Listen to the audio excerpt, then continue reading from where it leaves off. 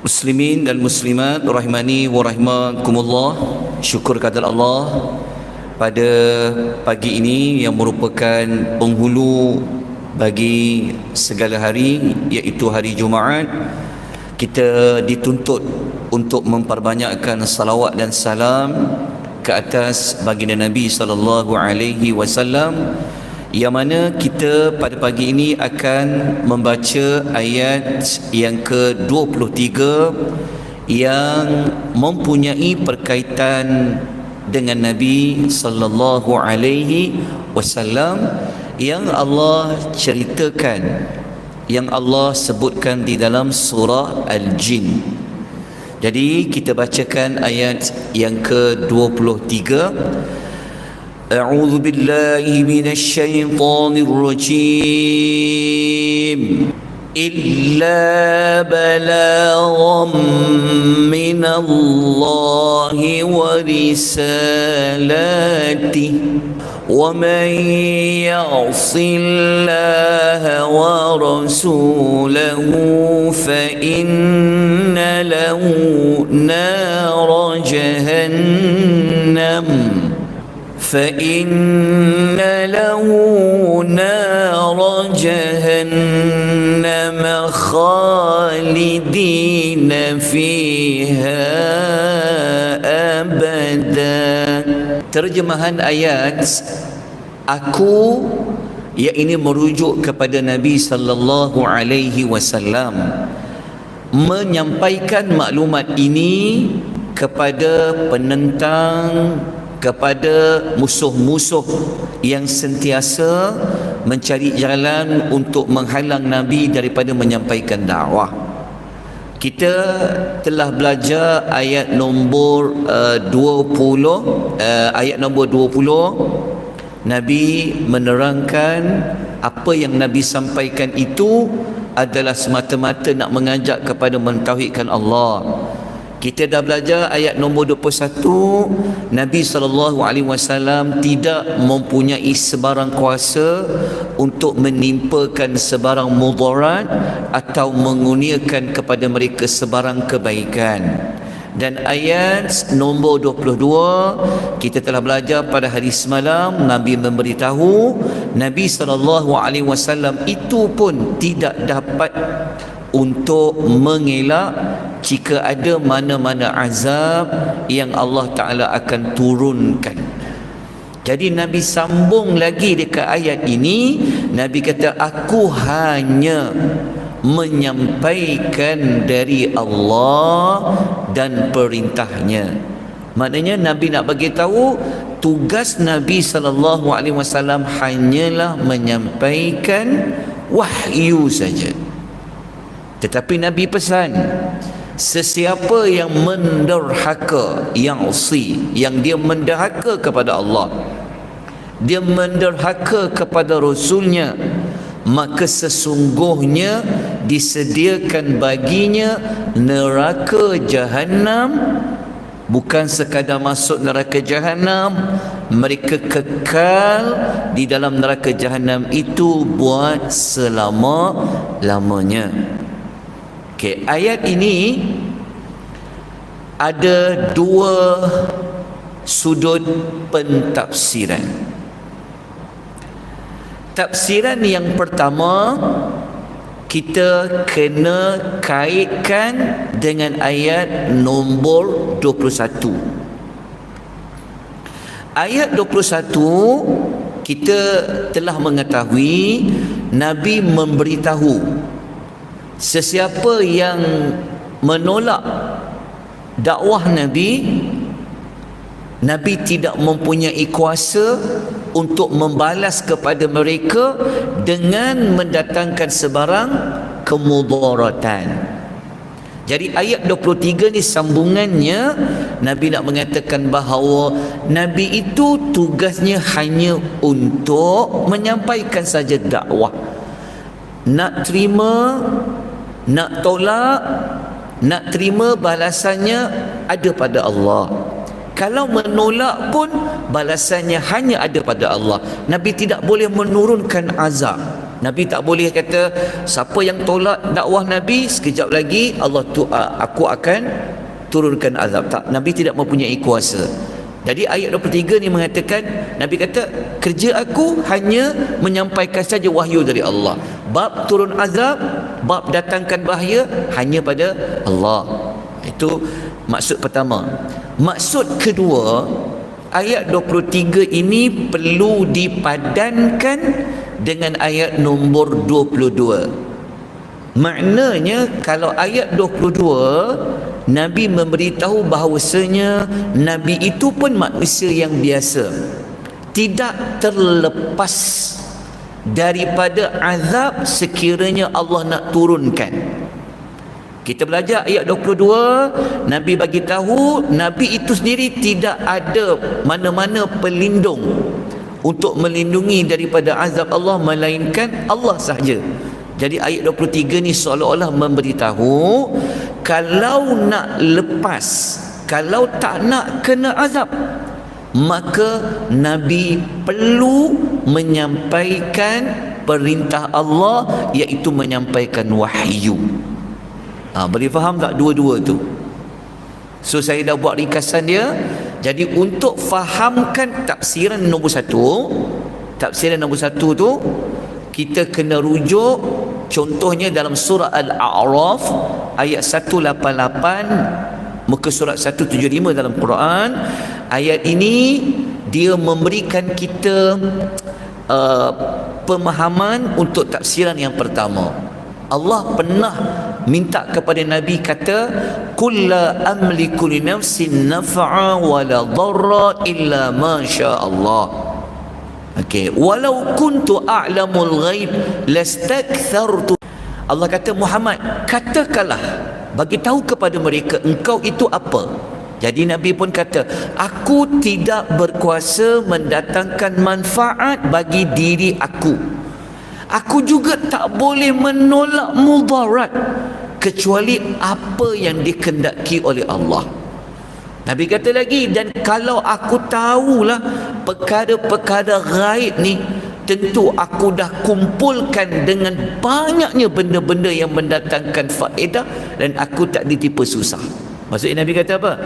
Perkara ghaibnya ke depan pun aku tak tahu. Kalau aku tahu ke depan nak jadi apa benda ghaib, tentu aku takkan susah, tentu aku takkan sakit. Tapi Nabi tak tahu benda yang ghaib ke depan. Lepas tu Nabi kata lagi, aku ini tidak lain hanyalah yang memberikan amaran, yang membawa berita gembira. Faham ya ayat surah Al-A'raf ni? Membantu memahami tafsiran pertama. Okey, tafsiran yang kedua, kita boleh rujuk surah Al-Ma'idah ayat nombor 67.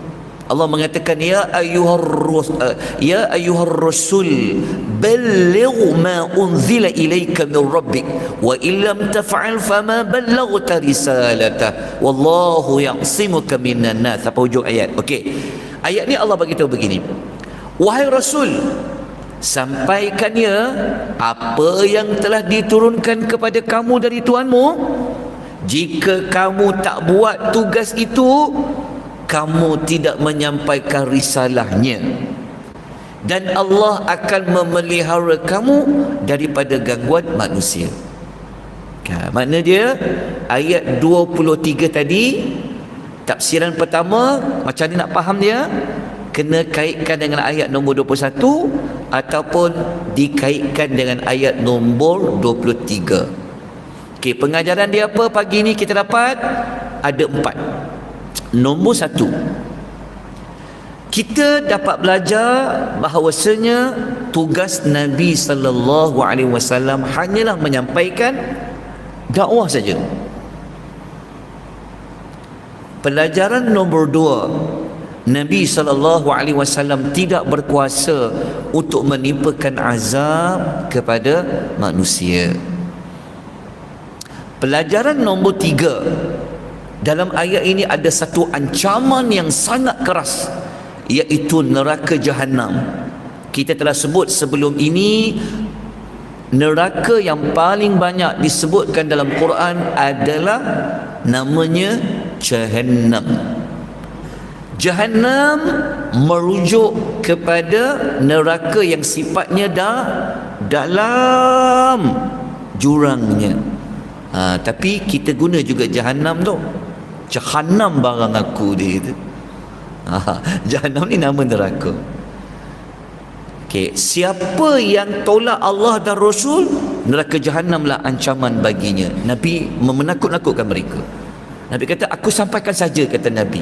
Tapi ingat ya, siapa mendahaka, ancaman neraka Jahannam. Bukan sekadar itu, kekalkan dalam neraka Jahannam. Maka kata para ulama, kalau Allah Ta'ala kata kekal dalam neraka, membawa maksud neraka Jahannam itu tidak akan binasa, dan dia akan kekal selama-lamanya dengan izin Allah. Sebab ayat tu kata mereka kekal di dalamnya, maknanya neraka itu kekal dengan izin Allah Subhanahu wa taala. Okey, ayat nombor 24 kita lanjutkan lagi. Ayat 24 ni Allah cerita mereka tadi itu walaupun diancam dengan neraka Jahannam, mereka tetap tolak, tak nak terima. Sampai satu ketika kata Allah, sampai waktu tu dia akan terima. Apa dia waktu itu? Kita baca ayat 24. Hatta idza ra'aw ma yu'adun fasaya'lamuna man adhafu nasira wa aqallu adada. Sehingga apabila mereka melihat yang dijanjikan kepada mereka. Kan tadi ayat yang sebelum tu kan Nabi kata siapa mendaka kepada Allah, Allah janji azab neraka Jahannam kekal. Tapi sebenarnya mereka ni tak nak ambil peluang dekat dunia tu. Tetapi Allah Ta'ala kata sampai satu ketika mereka dah melihat azab yang Allah janjikan itu kepada mereka, maka pada ketika itu mereka akan mengetahui, baru mereka akan sedar siapakah yang lebih lemah penolongnya dan lebih sedikit jumlah pengikutnya. Okey. Ayat ini apa yang Allah bagi tahu? Maksudnya adalah kita tengok pada pengajaran lah. Tapi saya akan ulas sedikit. Nombor satu yang kita dapat belajar, orang-orang yang menolak dakwah Nabi ni, sama ada jin ke, sama ada manusia ke, mereka akan tersedar, mereka akan insaf, mereka baru nak beriman setelah melihat azab di depan mata. Tapi waktu ketika ini apa dia? Nasi sudah tidak lagi boleh dimakan. Kalau bubur boleh makan bubur. Ya. Pelajaran nombor 2, balasan di hari akhirat mengikut kesesuaian amalan ketika di dunia. Maksudnya apa? Penentang Nabi ni, mereka ni dekat dunia kan mereka ramai pengikut, ramai dia punya anak buah dia. Tetapi Nabi ni beberapa orang je ikut dia. Yang pengikut Nabi ni pula semua yang miskin, yang harta tak banyak. Betul. Jadi penentang Nabi dekat dunia, belagak dia kan, sampai merendahkan Nabi SAW. Macam kita belajar kisah Nabi Nuh sebelum ini. Tetapi di hari akhirat mereka akan tahu rupa-rupanya pengikut-pengikut yang ramai itu, pengaruh yang ada dekat dunia itu sebenarnya tak boleh menolong mereka, tak ada faedah dah. Itulah pengajaran kita dapat belajar. Okey, ada lagi waktu 5 minit lagi. Boleh tuan-tuan? Ke nak balik kampung? Okey, ayat nombor 25. Dah nak habis dah ayat ni, tak sampai-sampai notanya. Okey, kita baca ayat dia. Qul in adri aqribum ma tu'adun am yaj'alu lahu rabbi amada. Ayat ini adalah lanjutan daripada azab yang mereka dah tengok tu. Okey, ayat 24 tadi tu sebenarnya ayat itu disampaikan masa dekat dunia, tapi hakikatnya nanti di akhirat mereka akan jadi macam tu. Tetapi ada orang yang dia macam tak percaya. Iya ke nanti kalau tengok azab tu?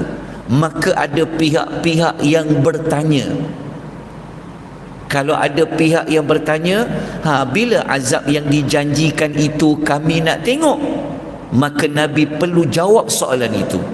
Maka Allah mengatakan, katakanlah, aku tak tahu sama ada azab neraka jahanam yang dijanjikan kepada kamu itu sudah pun dekat, atau Tuhanku memang jadikan azab itu satu tempoh yang sangat panjang. Nabi nak kata azab neraka jahanam tu mungkin dah dekat ke? Aku tak tahu, kata Nabi. Ataupun Tuhan bagi azab itu azab yang sangat panjang pun aku tak tahu, kata Nabi SAW. Jelas ya ayat itu. Maknanya Nabi ni dia nak kata bila tempoh azab tu dapat, Nabi kata dia tak tahu. Dia hanya menyampaikan peringatan tu saja. Jadi ayat ini saya bawa dua ayat lain dalam Quran untuk mengukuhkan makna ayat ini. Tengok surah An-Nazi'at ayat 42-43 ke surat 584. Nabi ni selalu orang tanya dia, yas'alunaka 'anis sa'ati ayyana mursaha. Mereka yang ingkar itu selalu tanya kat Nabi, bila kiamat nak jadi ni Muhammad? Bila Muhammad? Fima anta min zikraha. Allah Ta'ala kata jangan buang masa Muhammad. Buat apa kau nak pergi cari-cari bila kiamat tu nak berlaku? Ila rabbiha muntahaha. Kembalikanlah persoalan mereka itu kepada Tuhan.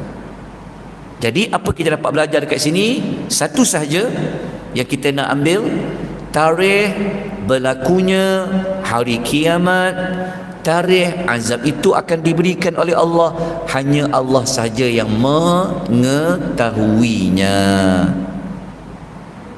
Jadi kita rujuk dalam surah Al-A'raf ayat 187. Yang ini saya bawa ayat lain untuk menguatkan lagi bahawa Nabi tak tahu tentang bila berlaku kiamat. Yas'alunaka 'anis sa'ati ayyana mursaha qul innama 'ilmuha 'inda rabbi la yujalliha liwaqtiha illa hu. Okey, pendekkan ayat ini. Mereka bertanya kepada Nabi, kiamat tu bila? Bila masa datangnya? Allah Ta'ala kata jawab soalan itu. Kata kepada mereka, sesungguhnya pengetahuan mengenainya hanyalah ada di sisi Tuhanku. Allah je yang tahu. Tak ada siapa yang dapat menerangkan kedatangannya pada waktu itu, melainkan Dia sahaja yang tahu. Tapi Nabi kata kalau dia datang, dia akan datang dalam keadaan mengejut. Okey. Ayat nombor 26.